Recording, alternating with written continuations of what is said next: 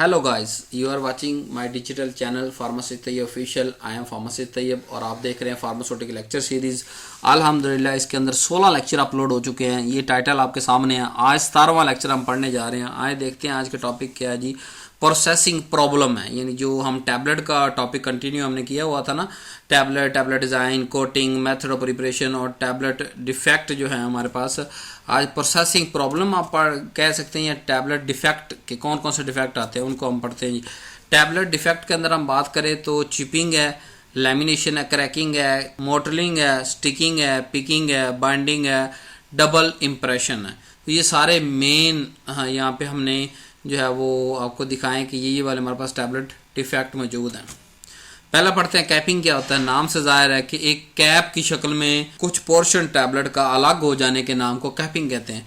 कि जब हम वो प्रेस यानी कंप्रेशन मशीन से टैबलेट जब निकलती है, इजेक्ट होती है, उस वक्त या उसके बाद, यानी कंप्रेशन के बाद की हम बात कर रहे हैं, निकलते हुए टैबलेट या उसके बाद जो लेबलिंग पैकेजिंग हम उस तरह उस दौरान अगर हॉरिजेंटली मतलब दरमियान में से नहीं, साइड में से ऊपर या नीचे एक पूरा पोर्शन अलग हो जाने के नाम को हम कैपिंग कहते हैं। अब कौन कौन सी वजूहत होती है और उसको हम रिमूव कैसे कर सकते हैं मैं आपको बताता हूँ। पहली वजह हो सकती है कैपिंग की कि large amount of fine particle in granulation के। ग्रेनुलेशन के अंदर जो फाइन पार्टिकल वो बहुत ज़्यादा है, ठीक है। तो हम क्या करेंगे, रिमूव द सम और ऑल फाइन थ्रो द 100 और 200 मैच स्क्रीन लगा के हम अगर हमारे किसी टैबलेट हम बैच बना रहे हैं उसके अंदर बहुत ज़्यादा कैपिंग आ रही है, तो हम क्या करेंगे, उसमें से फाइन पार्टिकल्स को अलग करेंगे और उसकी प्रॉपर देखेंगे कि ग्रेनुलेशन क्यों नहीं हुई या डायरेक्ट कंप्रेशन है, उस मेथड के हिसाब से। तो हमें अगर फाइन पार्टिकल्स की वजह से आ रहा है तो उनको हम अलग कर देंगे। लो मॉइस्चर कंटेंट अगर हो तब भी हमारे पास कैपिंग का मसला आता है, तो हम क्या करेंगे, हम ग्रेन्यूल को थोड़ा सा गीला कर लेंगे। तो ये सारा प्रैक्टिकल मज़ा कब पता, जब आप इंडस्ट्री के अंदर काम करते हैं। ये सारे काम मैंने अपने आप से आज से किए हुए, तकरीबन मैंने 6 से 8 माह सिर्फ इंडस्ट्री के अंदर लगाए और अल्हम्दुलिल्लाह इसीलिए आपको ये अकेला टैबलेट का जो है 5-6 लेक्चर में पढ़ा रहा हूँ, क्योंकि ये बड़ा इंटरेस्टिंग टॉपिक है। सारी ज़िंदगी आपने जिन्होंने फैक्ट्री करना बनाना ही टैबलेट है, कैप्सूल भी बनेंगे, सिरप भी बनेंगे, लेकिन जितनी टैबलेट बनती है उतनी कोई चीज़ दूसरी नहीं बनती, इंजेक्शन भी उतने नहीं बनते।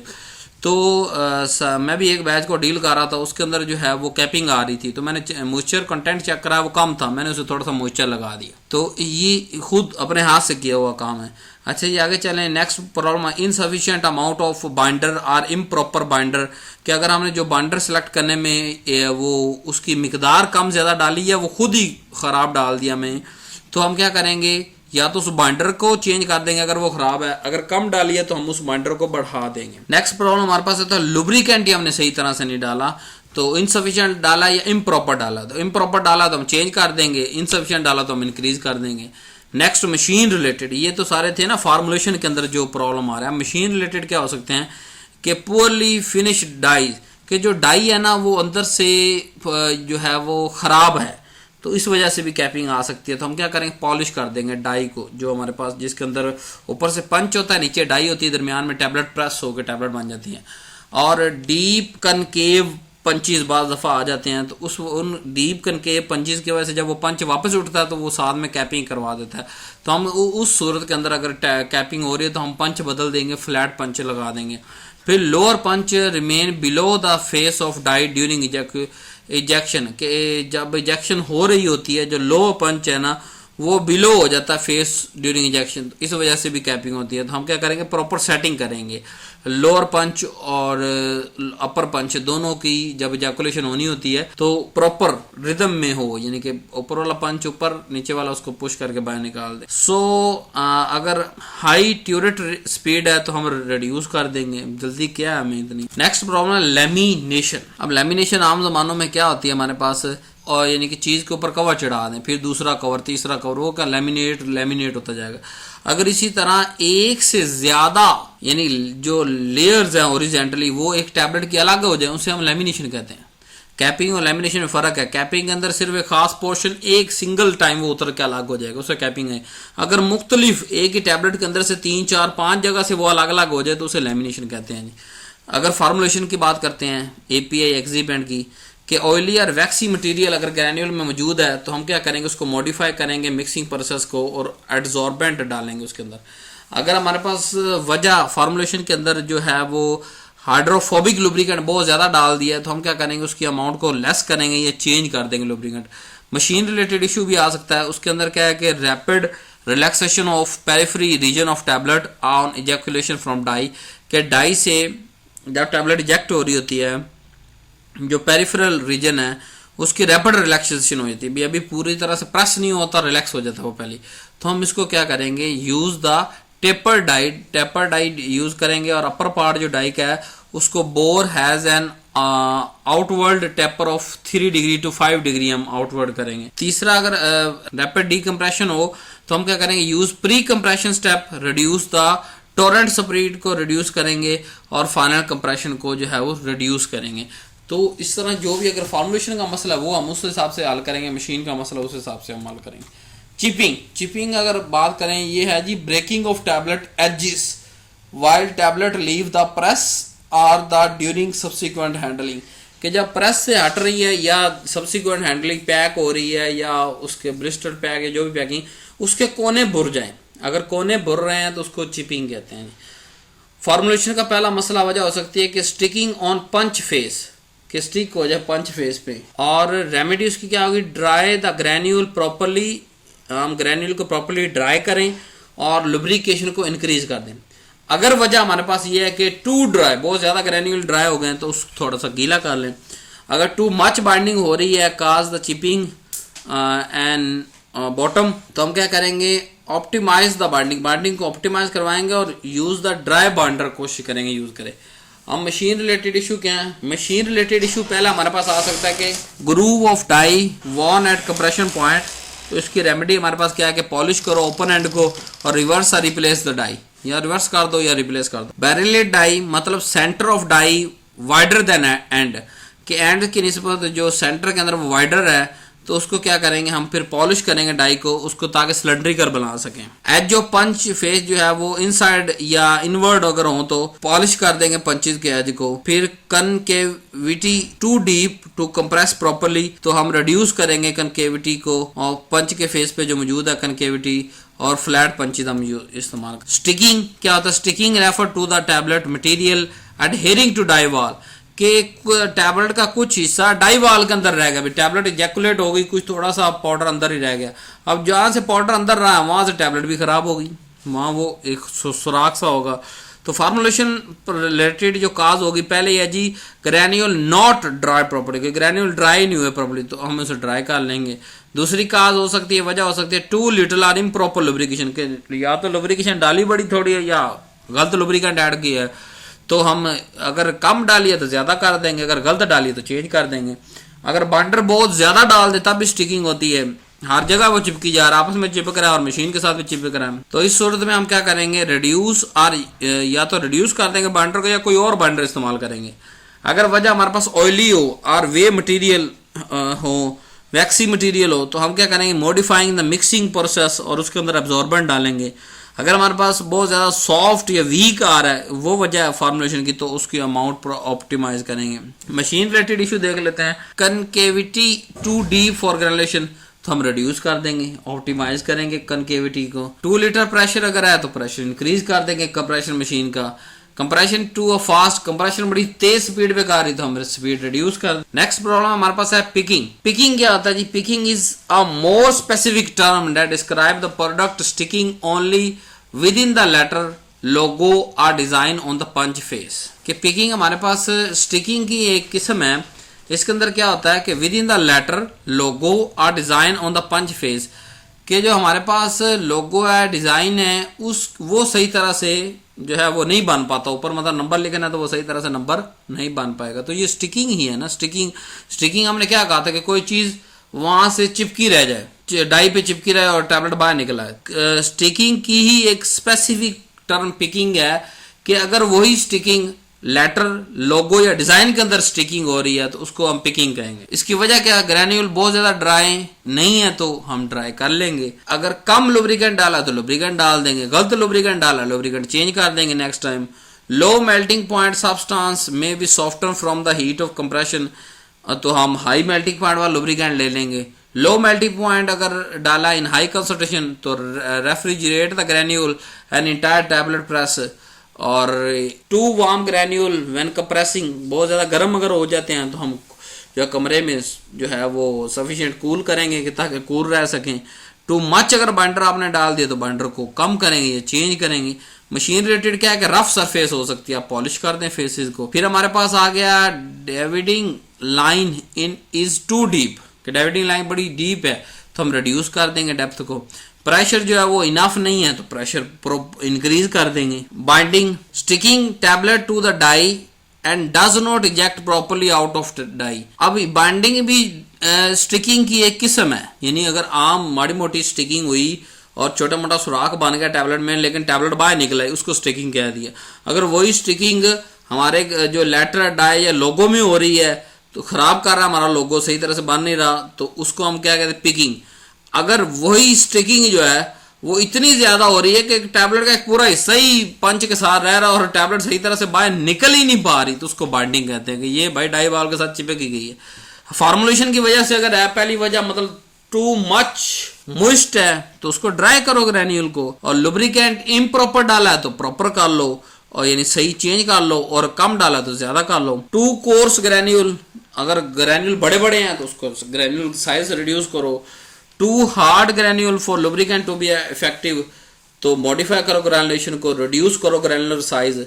ग्रैनुलर मटेरियल टू वार्म, अगर पूरा मटेरियल बड़ा गर्म है तो टेम्परेचर रिड्यूस करो, ओवरऑल इन्वायरमेंट का टेम्परेचर रिड्यूस करो। मशीन रिलेटेड पहली वजह आ सकती है कि पूरी फिनिश्ड डाई, तो हम पॉलिश कर लेते हैं डाई को।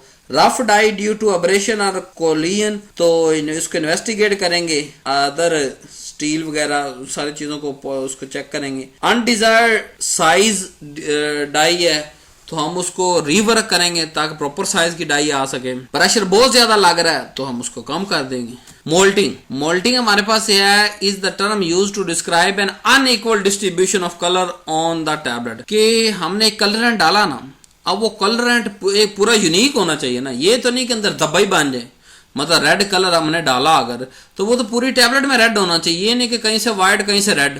तो mottling is the change in colour, यानी कि कलर जैसा हमें डिजायर था वैसा नहीं आया। सी आपके सामने साथ में मैंने इसकी तस्वीर भी लगाई है। वजह इसकी क्या है, नंबर एक, a colour drug used along with the colourless or white coloured excipient, कि अगर हम एक सब्सटेंस जो एपीआई लिया है वो कलर्ड है और एक्सिपिएंट सारे जो है व्हाइट हैं या कलरलेस हैं, तो हम क्या करेंगे, एक अब एपीआई कलर्ड है, एक्सिपिएंट नॉन कलर है यानी व्हाइट है या जनाबे वाली कलरलेस हैं, तो इसलिए ये हो रहा है। तो हम उसके अंदर एक नया कलर ऐड कर देंगे ताकि पूरी टैबलेट ही कलर्ड हो जाए। अगर dye migrate to the surface of granulation while drying, कि जब आप ड्राई किया तब वो सारी जो डाई है वो कलर हमने डाला वो सारी सरफेस पे आ गया, तो हम क्या करेंगे, हम सॉल्वेंट को सिस्टम को चेंज करेंगे, हम बाइंडर को चेंज करेंगे कि क्यों डाई को प्रॉपरली पूरे जो कलर हमने डाला या डाई डाली, डाई कहते हैं कलर को, तो वो जो कलर डाला वो क्यों नहीं पूरे टैबलेट के अंदर जो है वो इक्वली डिस्ट्रीब्यूट हुआ। तो हम क्या करेंगे, सॉल्वेंट सिस्टम चेंज कर देंगे, बाइंडर चेंज करेंगे, टेम्परेचर कम करेंगे, स्मॉलर पार्टिकल से यूज करेंगे डाई का। अगर वजह हमारे पास यह है कि इम्प्रॉपरली मिक्स डाई, के कलर को सही तरह से मिक्स ही नहीं किया गया जैसे डायरेक्ट कंप्रेशन के अंदर, तो फिर हम मिक्स प्रॉपरली करेंगे और साइज इसका रिड्यूस करेंगे और लार्ज नहीं होने देंगे ताकि सेग्रीगेशन ना हो। Improper mixing of coloured binder solution, binder solution तो हमने डाला लेकिन उसका पहले वो खुद ही सही तरह से तैयार नहीं था, यानी कि मतलब हम बाइंडर सोल्यूशन बना रहे थे उसमें सही तरह से कलर हल ही नहीं हुआ, तो फिर आगे क्या उसने करना। अब इसका ये है कि incorporate dry colour additive during the powder blending step, then fine powder adhesive such as acacia tragacanth and mix well and finally add granule liquid. तो इसका हल क्या है कि पहले आप कलर डालो, मिक्स करो, फिर एडेसिव डालो, अकेशिया ट्रैगाकैंथ वगैरह, फिर लुब्रिकेंट लिक्विड ऐड करो, यानी कि उन पहले कलर को मिक्स कर लो, फिर एडेसिव को मिक्स कर लो, फिर ऊपर से लिक्विड डालो। अगर सारा कुछ एक ही वक्त डालने में खराब हो रहा है तो आप इस तरह सेपरेट सेपरेट डाल के कर सकते। Double impression, it is due to the free rotation of punches which have some engraving on the monogram on punch face during his free travel. the punch rotate and at this time the punch may make a new impression on the bottom of tablet resulting in the double impression। कि मतलब एक दफा लोगो लगने की जगह है कि 2 दफा लोगो लग गया या 1.5 दफा लोगो लग गया, भी दूसरा लोगो जो इम्प्रॉपर लगा है उसको कहता है 1.5 दफा लोगो लग गया। तो यह एक डिजाइन, एक इन ग्रूव, एक ये फ्री रोटेशन की वजह, पंचेज भी तो मशीन के अंदर फिक्स होने चाहिए ना, एक फिक्स मूवमेंट के जरिए नीचे ऊपर आ रहे हो। तो फ्री रोटेशन जो होती है वो ऊपर वाले पंच की हो या नीचे वाले पंच की हो, ड्यूरिंग इजैकुलेशन भी एक दफा हमने पंच कंप्रेस किया, जब फिर हट रहा है फिर वो फ्री रोटेट घूम के हट रहा है, उसको वहीं ऊपर चला जाना चाहिए जहां उसने इनग्रेव किया वहीं ऊपर चला है, वो घूम के जब ऊपर गया तो वो दोबारा डबल पंच लग गया। तो यहां हम क्या करते हैं, use the keying in tooling, insert a key alongside the punch so that it fit the punch and prevent the punch rotation। भी घूम पंच जो है वो अपनी जगह से घूमे नहीं बाहर निकलते हुए, या फिर हम जो है वो नई पंचेज ला के डाल देंगे ताकि बार बार पंच उस पर। अब ये मसला कब आता है, जब पंच एक दफा पंच मारा, टैबलेट बन गई, डिजाइन बन गया, दोबारा जब वापस हटने लगा वो मूव कर गया थोड़ा सा दाएं या थोड़ा सा बाएं, वो दोबारा डबल पंच हो गया ना, वहां पे डिजाइन खराब हो गया। आप फिल्म डिफेक्ट देख लेते, टैबलेट डिफेक्ट तो हमने देख लिया, आप फिल्म डिफेक्ट देखते हैं कि जो फिल्म कोटिंग होती है उसके बाद उसके अंदर कोई डिफेक्ट आ सकते हैं जी, वहां कोटिंग के अंदर मिस हो गए थे, मैं इसलिए यहाँ पे पढ़ा रहा हूँ। स्टिकिंग और पिकिंग यहाँ भी हो सकता है। सो अटैचिंग और टैबलेट टू अनदर भी, हमने जो है वो क्या हुआ कि टैबलेट के ऊपर हम कोटिंग सोल्यूशन हम स्प्रे कर रहे हैं, टैबलेट आपस में चिपकने लग गई, जब चिपक के अलग हुई तो किसी के ऊपर स्टिक हो गई, किसी से पिक हो गई, ठीक है। अब रीजन क्या है, ओवर वेट, बहुत ज्यादा अगर वेट हो जाए टैबलेट तब ये काम होता है। तो हम क्या करेंगे, लिक्विड की एप्लीकेशन थोड़ा कम करेंगे। रैपिड ड्राई, जल्दी से ड्राई करने की कोशिश की तब भी होता है, तो हम ड्राइंग रेट को कंट्रोल करेंगे। टैबलेट थिकनेस टैबलेट की अगर है तो हम फॉर्मुलेशन चेंज करके खास थिकनेस पे उसको लेके आएंगे नेक्स्ट बैच के अंदर। अब देखें यहाँ कुछ रेमेडीज उसी बैच में पॉसिबल है और कुछ रेमेडीज फॉर्मुलेशन वगैरह चेंज करने की रेमेडीज नेक्स्ट बैच के अंदर हम होते हैं इंप्रूवमेंट लेके आते हैं। रफनेस अगर आ रही है, सरफेस सही तरह से है तो रफ सरफेस है, इसकी वजह होती है increase in the path length of spray nozzle to the tablet bed, कि जहां पे बेड है ना नोजल बड़ी दूर लगाई हुई, भाई ये खास प्रॉपर साइज के मुताबिक जगह पे लगाओ, तो हम वो पाथ लेंथ जहां से वो लिक्विड निकल रहा है, जहां पे टैबलेट पड़ी उसके दरमियान वक्फा कम करेंगे। रैपिड ड्राइंग कर रहे हैं तो कंट्रोल ड्राइंग रेट होगा। अब एक ऑरेंज पील इफेक्ट होता है, बड़ा ही पूछा जाने वाला क्वेश्चन है, चाहे आप पीपीएससी के एग्जाम में बैठे हो या चाहे आप पीपीएससी के पेपर में बैठे हो, चाहे आप सादा वाइवे के अंदर बैठे हो, टैबलेट का जिक्र आएगा तो ऑरेंज पील इफेक्ट जरूर आपके सामने रखेंगे। तो ये इनएडिक्वेट of spreading the coating solution, के कोटिंग सोल्यूशन किसी जगह पे ज्यादा है किसी जगह कम है। ऑरेंज पील इफेक्ट का मतलब क्या है कि जिस तरह हम माल्टे का कहीं से एक छिलका उतार दे वो बाकी कैसा लगेगा, बाकी हर जगह पे छिलका है, एक खास जगह पे छिलका नहीं है ना, तो उसी तरह की रिजेम्बलेंस आ जाती है टैबलेट के ऊपर जब कोटिंग स्प्रे हम सही तरह से नहीं करते, तो कहीं से कोटिंग चढ़ी होती है कहीं से कोटिंग नहीं होती। तो ये रैपिड ड्राइंग की वजह से मोस्टली होता है, तो हम ड्राइंग रेट को कंट्रोल करेंगे। फिर उसके बाद high viscosity of coating solution, solution बड़ा थिक है, कहीं तो जम गया कहीं गया ही नहीं, तो हम विस्कोसिटी कम करेंगे कोई और एडिटिव सॉल्वेंट डाल के। ब्रिजिंग क्या होता है, श्रिंकिंग और pulling away of film from corner, के साइडों से, यानी जब हमने ड्राई किया तो साइडों से वो खुश्क होके, यानी कि ऐसे लग रहा है कि जैसे कोई चीज साइडों से खिंच के दरमियान में आई हुई, उसको कहते हैं ब्रिजिंग। हालांकि प्रॉपर यूनिफॉर्म फिल्म होनी चाहिए ना, टैबलेट के चारों तरफ फिल्म होनी चाहिए, अगर किनारे खिंचे हुए हैं तो उसको ब्रिजिंग कहेंगे हम। ये ज्यादा खुश्क करने की वजह से हो सकता है, तो खुश्क रेट जो खुश्क रेट कह रहा हूँ, ड्राइंग रेट को आप कंट्रोल करें। फिर अगर विस्कस लिक्विड बड़ा कम है तो विस्कोसिटी इंक्रीज करें ताकि अपनी जगह पे जहां हम स्प्रे कर रहे हैं वहां टिक सके।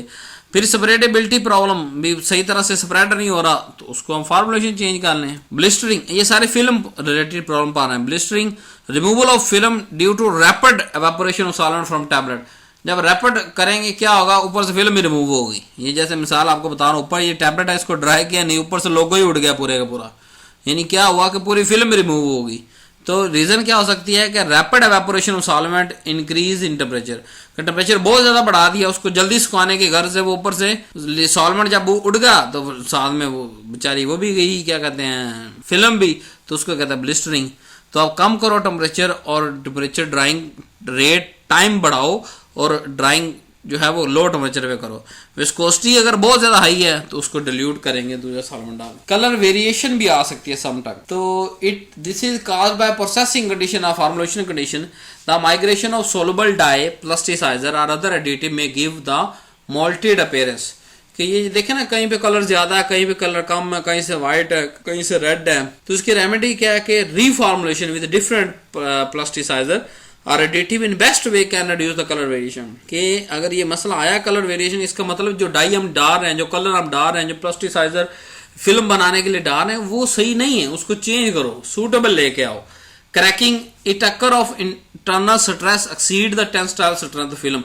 अगर बाहर से फिल्म की टेंसाइल स्ट्रेंथ कम है और अंदर से इंटरनल स्ट्रेस ज्यादा है तो ऊपर से फिल्म फट जाएगी, जिसको हम कहते हैं क्रैकिंग ऑफ फिल्म। ये नीचे दिखाया गया। So thank you very much for listening this lecture and thank you very much for visiting my website www.ibnsultanpharmacy.com। Authentic 100% original medicine on lowest price हमारा चैलेंज है, हम बेच रहे हैं, जरूर विजिट करें। अल्लाह हाफिज।